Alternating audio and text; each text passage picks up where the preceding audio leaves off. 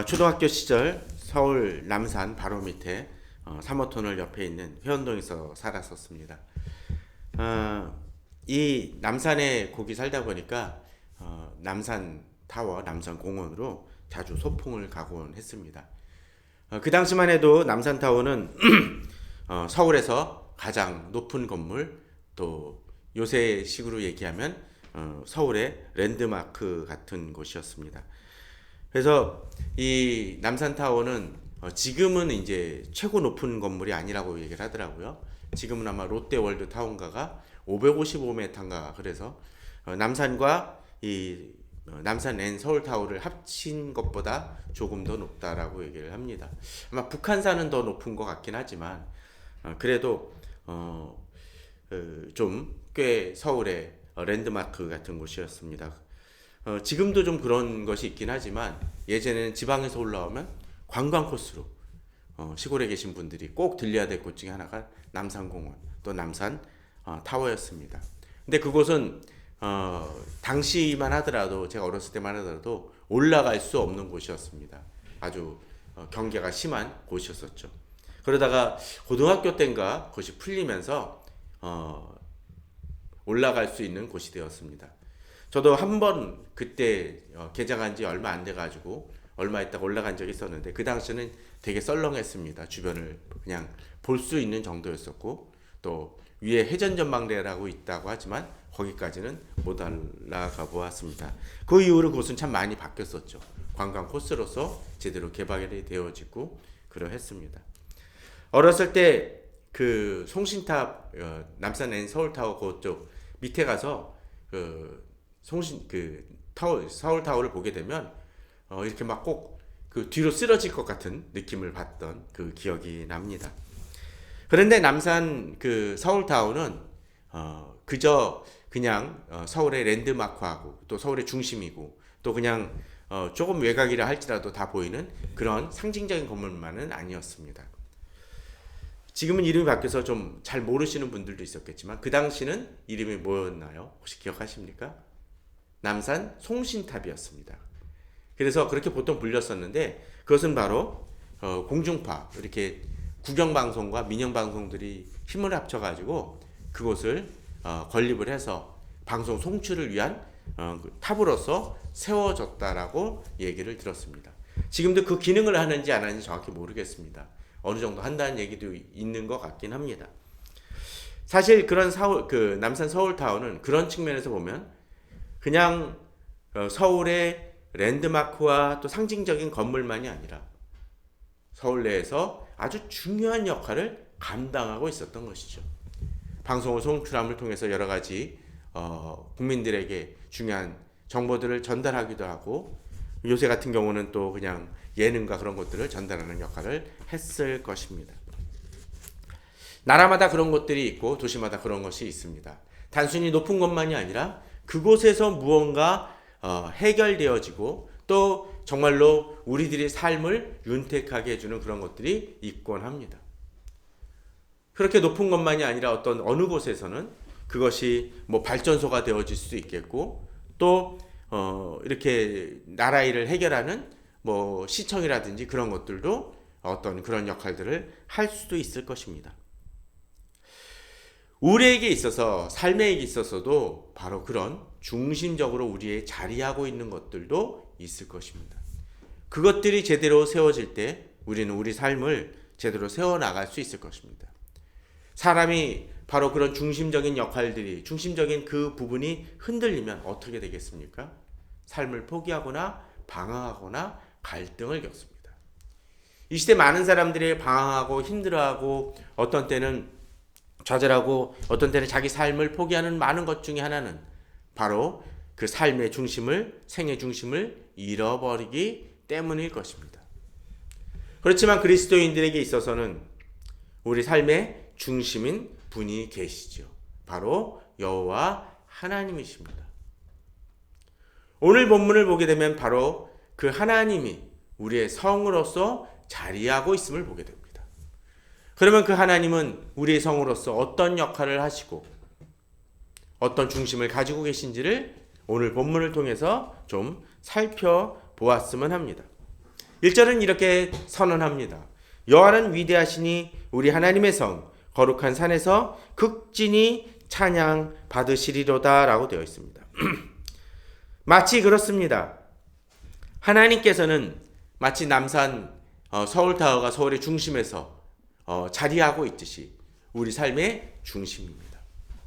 롯데월드타워가 남산 서울타워보다 높을진 모르지만 이 롯데월드타워가 조금만 벗어나게 되면 잘 보이지 않는 곳들이 참 서울 시내는 많이 있습니다. 그렇지 않나요? 왜 그럴까요? 잠실 저쪽 끝쪽에 있기 때문에 예를 들면 목동이라든가 그런 쪽에서는 쉽게 보기 힘들 것입니다. 그에 반해서 서울타워는 서울의 글자 그대로 중심 쪽에 있기 때문에 어디서도 웬만하면 보이는 것이 바로 그렇습니다. 그렇기 때문에 어디를 가더라도 여기가 북쪽이구나, 여기가 남쪽이구나, 여기가 서쪽이나 동쪽이라는 것들을 쉽게 구분해낼 수 있는 어떤 면에서 나침반 같은 역할을 한다라고도 볼 수 있을 것입니다. 제가 이런 이야기를 하는 것 중에 하나는 바로 하나님께서 우리 중심에 계시다라는 것은 바로 그런 의미를 갖고 있습니다.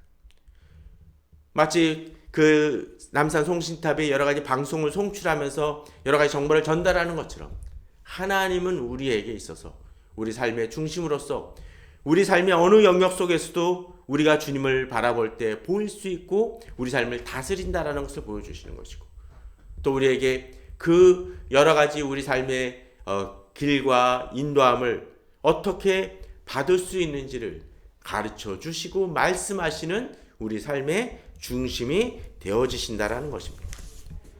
그러게 우리 하나님은 하나님의 성이고 거룩한 산으로서 우리 삶의 중심에 계시기에 우리는 어떠합니까? 우리가 하나님을 찬양하는 것은 너무나 당연한 것입니다.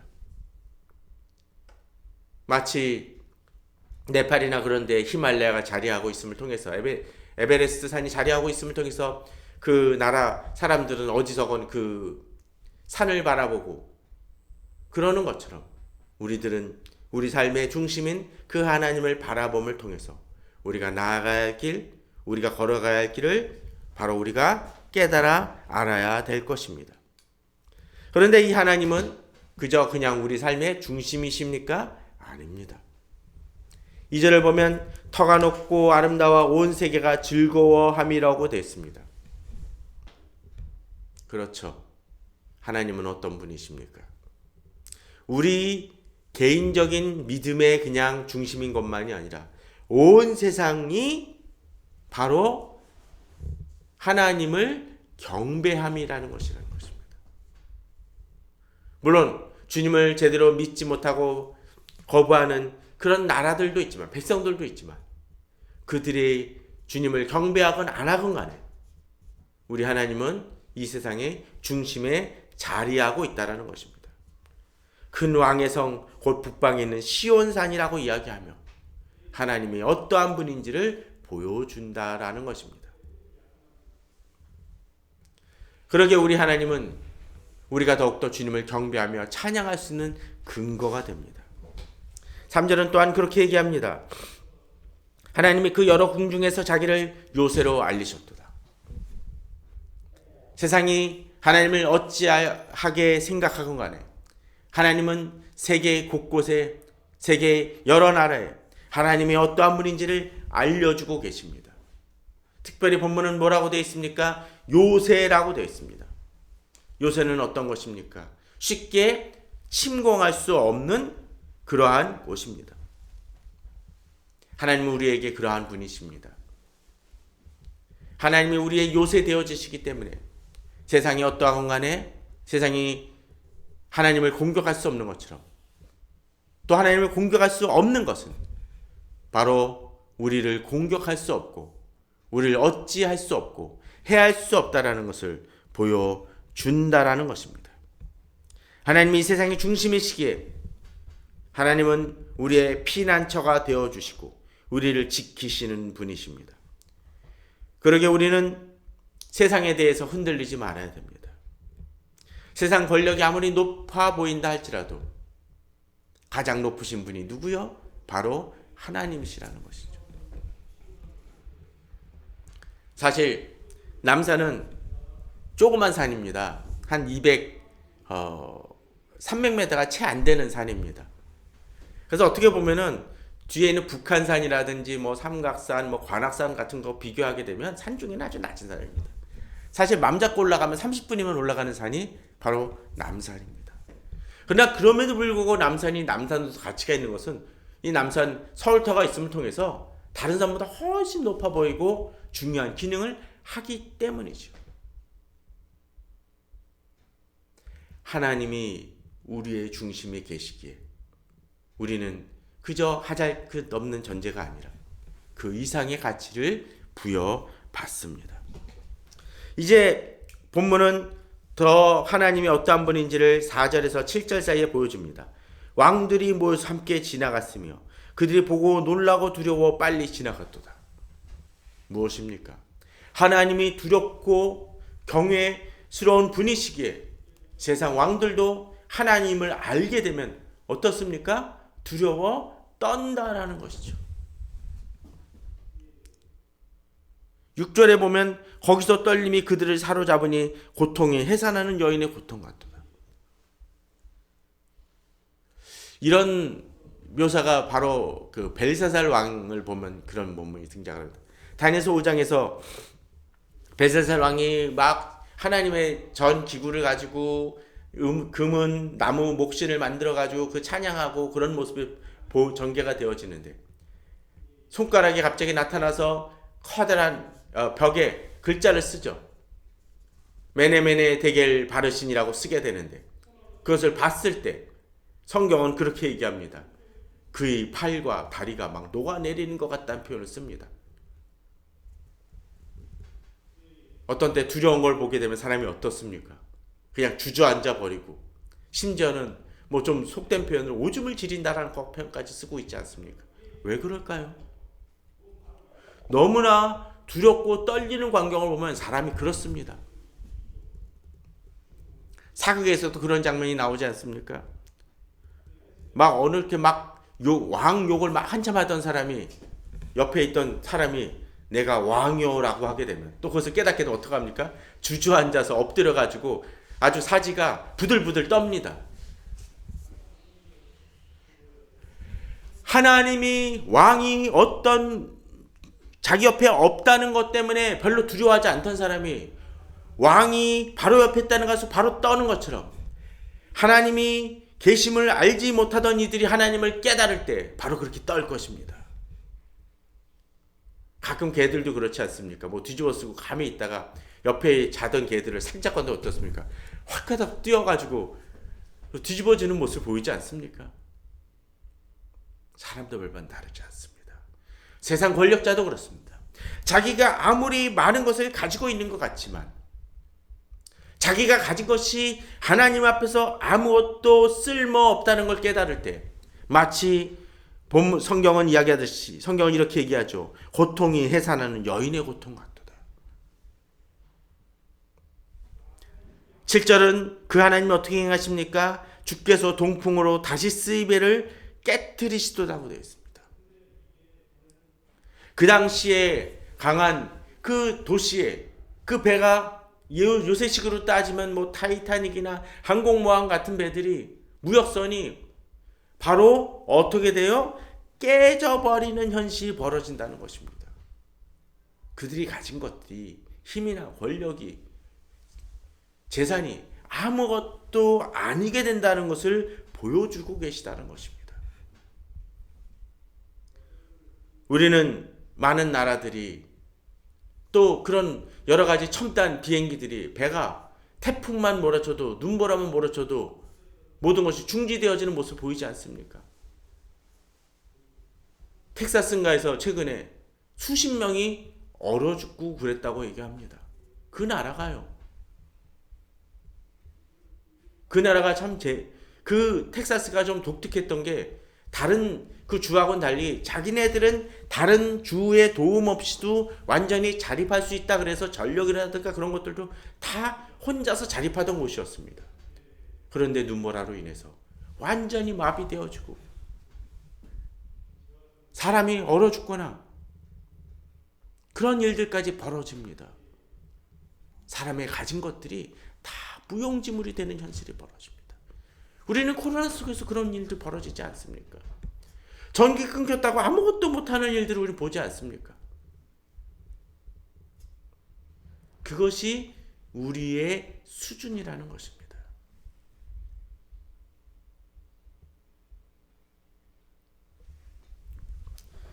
그에 반해서 하나님은 어떤 분이십니까? 우리가 들은 대로 만군의 여호와의 성 우리 하나님의 성에서 보았나니 하나님이 이를 영원히 견고하게 하시리로다. 세상의 모든 권력은 흔들리고 어려움을 겪지만 하나님의 성은 영원합니다. 견고합니다. 그러기에 우리는 그 하나님을 의지하며 하나님의 요새 속에 거하는 축복으로 나아갑니다. 이것을 깨달을 때 우리 삶의 태도는 달라집니다. 막강한 권력이 나와 대적자가 된다라면 그때는 두렵고 떨고 어찌할 수 없어서 불안해하지만 힘 있는 자가 나와 하나 되어질 때 사람은 달라진다라는 것이죠. 우리가 그렇습니다. 하나님이 우리 편이 되어 주시기에 우리는 담대할 수 있습니다. 그런데 본문은 독특한 표현을 씁니다. 9절에 하나님이여 우리가 주의 전 가운데서 주의 인자하심을 생각하였나이다. 우리는 어떻습니까? 세상 권력자들과 달리 하나님의 전 안에 있을 수 있는 존재입니다. 엄청난 축복이죠. 그런데 한 가지 우리가 명심해야 될 것이 있습니다. 밖에 있는 왕들보다, 밖에 있는 사람들보다 우리가 더 낫고 자격이 있어서입니까? 아니라는 것입니다. 우리에게 뭐가 필요합니까? 주의 인자하심이 필요합니다. 9절은 주의 인자하심을 생각하였나이다라고 되어 있습니다. 그 거룩하고 두려우신 그 하나님 앞에서 주의 인자하심이 없으면 나도 이 자리에 설 수 없는 존재라는 것을 깨닫는다라는 것이죠. 만일 내가 나의 행위나 나의 잘함으로만 하나님 앞에 설 수 있다라면 나는 매번 좌절하고 실패하고 넘어질 것입니다. 그러나 그럼에도 불구하고 우리 자격 없고 부족함에도 불구하고 하나님에 나아갈 수 있는 이유가 무엇입니까? 주께서 나를 인자하게 바라보시고 긍휼히 보시고 은혜를 베푸시기 때문이라는 것입니다. 우리가 그것을 기억할 때 우리는 담대할 수 있습니다. 우리가 자격 없음에도 불구하고 우리가 넘어짐에도 불구하고 실패함에도 불구하고 하나님 앞에 나아갈 수 있는 담대함을 얻게 됩니다. 우리가 그 믿음을 기억해야 될 것입니다. 우리가 그 사랑을 기억해야 될 것입니다. 내가 비록 세상 사람들보다 나은 것은 없지만 하나님의 은혜를 알기에 하나님 앞에 감히 나아갈 수 있고 또 그렇게 나아갈 때 하나님이 나를 받아주실 것이란 믿음이라는 것입니다.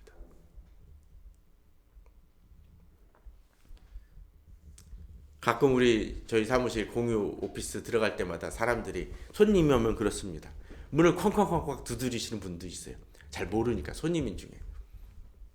그건 나중에 누가 찾아온 여기 입주자 한 분이 문을 열어주면 여기는 이 문이 철저하네요 라고 얘기를 합니다. 그런데 그분 들어가 있는 분하고 이 손님하고 이 차이는 뭘까요? 카드키가 있으니까 대기만 하면 들어갈 수 있는 특권이 있다는 것입니다. 우리가 그렇다라는 것입니다. 하나님 앞에 나아갈 수 있는 특권을 가졌습니다. 내가 이 사람보다 더 잘생기고 내가 더 뭔가 가져서 그렇습니까? 차이는 하나입니다. 마치 카드키를 가졌듯이 우리는 믿음과 하나님을 믿었기에 하나님 나를 받아주시기에 들어갈 수 있다라는 것이죠. 오늘 이제 10절은 한 걸음 더 나아갑니다. 하나님이여 주의 인자와 같이 찬송도 땅끝까지 미쳤으며 주의 오른손에는 정의가 충만하였나이다. 주의 심판으로 말미암아 시온산은 기뻐하고 유다의 딸들은 즐거워할지어다. 우리가 하나님의 인자하심을 바라며 살아가지만 또 우리가 그렇다고 해서 함부로 마구잡이로 내 살고 싶은 욕망대로 살아가는 것이 아니야. 하나님의 말씀대로 또 이 세상이 이야기하는 정의대를 구현하기 위해 나름 그 어떤 사람보다 열심으로 살아갑니다. 그런데 문제는 그렇지 않습니까? 우리가 열심히 살아가지만 세상이 그렇게 쉽게 바뀌지 않는다라는 것이죠. 지금 국회의원이든 정치가든 여러 가지 모습으로 예전에 활동하던 사람들이 있죠. 근데 그 중에 많은 이들이 또 어떻습니까? 과거에 운동권이었구나. 그런 이들이 좀 있습니다. 근데 그런 이들을 보게 되면 꼭 올바르게 살아가나요? 그렇지 않은 경우들도 많이 봅니다. 운동권이었지만 정말로 자기들이 비판하고 규탄하고 데모를 하던 그 정권자들보다 더 악하게 살아가는 이들도 꽤나 많습니다. 또 무슨 재벌을 그렇게 비난하다가 재벌 한가운데 들어가서 열심히 또 살아가는 이들도 참 많이 있습니다. 또 젊었을 때는 교회 개혁을 위해 힘쓰던 목회자들이 나중에 가서는 오히려 교회 세습이라든지 또 여러 가지 교회의 부정적인 일들을 행하는 이들도 있습니다. 그들이 그렇게 현실에 안주하는 이유가 무엇일까요? 처음부터 타협하고 쉽게 살아가려고 하는 이들도 있을지 모르지만 또 상당수는 적지 않은 이들은 내가 노력했지만 안 되더라라는 것 때문일 것입니다. 좌절과 낙심과 포기 때문에 그렇게 그냥 현실에 안주하는 이들도 있을지 모릅니다. 우리도 그런 좌절을 느낄 수 있습니다. 그러나 오늘 본문은 우리가 좌절하지 않을 이유가 있습니다. 본문은 뭐라고 되어 있나요? 주의 오른손에는 뭐라고요? 정의가 충만하였나이다라고 되어 있습니다. 또 11절은 주의 심판이 있을 것이다라고 얘기합니다. 그렇습니다. 우리가 열심히 살아가지만 내 노력한 만큼 제대로 일이 진행되지 않거나 그 보답을 받지 못할 때도 있을지 모릅니다. 또 왜 저런 사람이 더 잘 되는가라고 생각이 되어질지도 모릅니다. 그러나 본문은 뭐라고요? 주께서는 정의를 행하시고 충만하신 분이시기에 그것을 방치하신다는 얘기입니까? 아니라는 것입니다. 특별히 11절은 주의 심판이 있을 것이라고 얘기합니다. 그러게 우리는 그 하나님께 그 모든 문제를 맡길 수 있습니다. 하나님께 맡기고 내가 아무것도 행하지 않아야 된다는 의미가 아니라 비록 내가 열심히 했음에도 불구하고 바뀌지 않는 세상과 바뀌지 않는 교회 현실이 있다 할지라도 우리는 포기하지 않고 또 우리가 실패하지 않는다는 것을 믿을 수 있다라는 것입니다. 하나님은 하나님의 정의를 위해서 힘쓰는 이들을 축복하심을 본문은 보여주고 있다라는 것입니다. 그런데 이렇게 우리들이 믿고 있다고 얘기하지만 또 여호와의 성 안에 있다라고 얘기하지만 우리는 자주 낭망합니다. 근데 그 이유가 뭘까요? 오늘 12절 13절은 그것을 보여줍니다. 오늘 12절 13절은 좀 재미난 구절이 등장을 합니다. 너희는 시온을 돌면서 그것을 둘러보고 그 망대들을 세워보라. 그의 성벽을 자세히 보고 그의 궁전을 살펴서 후대에 전하라 라고 되어 있습니다. 무슨 얘기일까요? 아니 여호와의 성을 위대하다는 건 알겠는데 본문은 어떻게 얘기합니까? 시온을 돌고 그것을 둘러보고 망대를 세워보고 성벽을 자세히 보라고 되어 있습니다. 이걸 왜 그럴까요? 제가 앞서 남산 타워를 딱 그 산 그 정상에서 밑에서 쫙 위를 한번 보라는 얘기를 보면 느낌이 다르다는 얘기를 했습니다. 사실 남산은 어디서든 보이는 것 같습니다. 근처까지 가더라도 그냥 높구나라는 정도만 느낍니다. 그런데 그 남산 타워가 높다라는 것을 확실히 느끼는 때가 언제인지 아십니까? 바로 밑에서 바라볼 때 정말 높다라는 생각이 듭니다. 롯데월드타워도 그렇지 않나요? 저 멀리서 보는 건 되게 높다라는 정도인데 밑에서 보면 어떻습니까? 진짜 다릅니다. 특별히 올라가면 어떡하나요? 정말 그렇죠. 명동성당도 한번 가보실 기회가 있으면 들어가 보면 또 느낌이 다릅니다. 이 성당을 그렇게 좀 성당 같은 경우와 또는 교회도 좀 오래된 고딕 앤틱한 그런 것들을 좀 건물을 가보기에는 어떻습니까? 안 믿는 사람도 꼭 기도하고 싶은 마음이 일어날 때가 있습니다. 왜 그럴까요? 바로 그곳이 정말로 엄숙함을 느끼게 되고 경건함을 느끼게 만드는 그런 요소들이 있습니다. 제가 이 얘기를 하는 이유 중에 하나는 바로 이 본문 때문에 그렇습니다. 그곳을 둘러보고 세워보고 자세히 보라는 얘기는 뭡니까? 바로 하나님의 성, 바로 하나님이 어떤 분인지를 자세히 살피면 살필수록, 묵상하면 묵상할수록 우리는 하나님이 어떤 분이시고 하나님이 얼마나 위대한 분인지를 깨닫게 된다는 것입니다. 전 그런 점에서 꼭 가우디 거기 지은 그 성당도 한번 가보고 싶습니다. 얼마나 위대한지는 바로 가봐야 아는 것처럼. 근데 인간이 지은 그 성전도 위대하다라면 하나님에 대해서 알아가면 알아갈수록 마치 곳곳을 둘러보고 자세히 살펴보고 정말로 어떤 기능이 있는지 어떤 곳이 있는지를 돌아보면 돌아볼수록 우리는 어떻습니까? 감격하게 되고 얼마나 하나님이 위대한 분이신지 깨닫습니다. 마치 새 집을 분양받아서 한번 들어가 보는 그 경험들을 한번 해보시면 어떻습니까? 자기 집이라고 생각하면서 돌아보게 되면 와, 이런 곳이 있구나라는 느낌을 받습니다. 아파트 하나 분양받아도 그런 느낌을 받는데 집을 몽땅 수리하고 들어가도 그런 느낌을 받는데 하나님의 궁전, 하나님의 성을 돌아볼 때 우리는 그런 은혜를 경험합니다. 진정 그런 축복을 또 어디서 느낄 수 있겠습니까? 바로 하나님의 말씀입니다. 그래서 하나님의 말씀을 자세히 읽어보라는 얘기가 바로 그런 의미입니다. 묵상하면 묵상할수록 깨닫게 됩니다. 기도도 마찬가지죠. 어떤 데 그런 거 있지 않습니까? 휴대폰 하나도 맨날 전화만 걸고 문자만 보내는 사람들이 있는데 최첨단 그런 분들이라면 아주 그냥 옛날 거구나 그런 걸 해도 뭔 상관이 있습니까? 그러나 새로운 휴대폰을 잘 살피면서 카메라의 여러 기능을 보게 되면 사람들이 감탄을 하지 않습니까?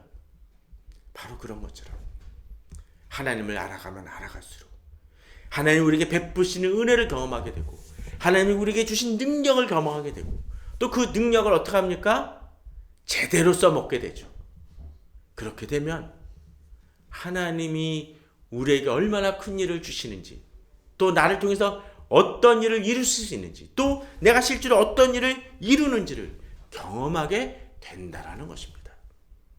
저는 우리 성도님들이 바로 그런 축복을 누리시기 바랍니다. 그러할 때 우리는 하나님의 놀라운 축복과 하나님을 의지하고 하나님과 동행하며 살아간다는 것이 어떠한 것인지를 깨닫게 될 것입니다. 이제 14절은 마지막으로 이제 이런 말씀을 합니다. 자, 이렇게 놀라운 막 그 건물들을 쫙 보고선 했는데 그 건물을 구경시켜준 분이 딱 이야기를 합니다. 이 집이 당신 거요 라고 얘기를 한다면 얼마나 놀랍고 기쁘겠습니까? 한 90평, 100평 되는 아파트를 딱 보여주고 여기는 이렇고 스마트 뭐 있고 사물 인터넷이 되고 막 얘기를 합니다.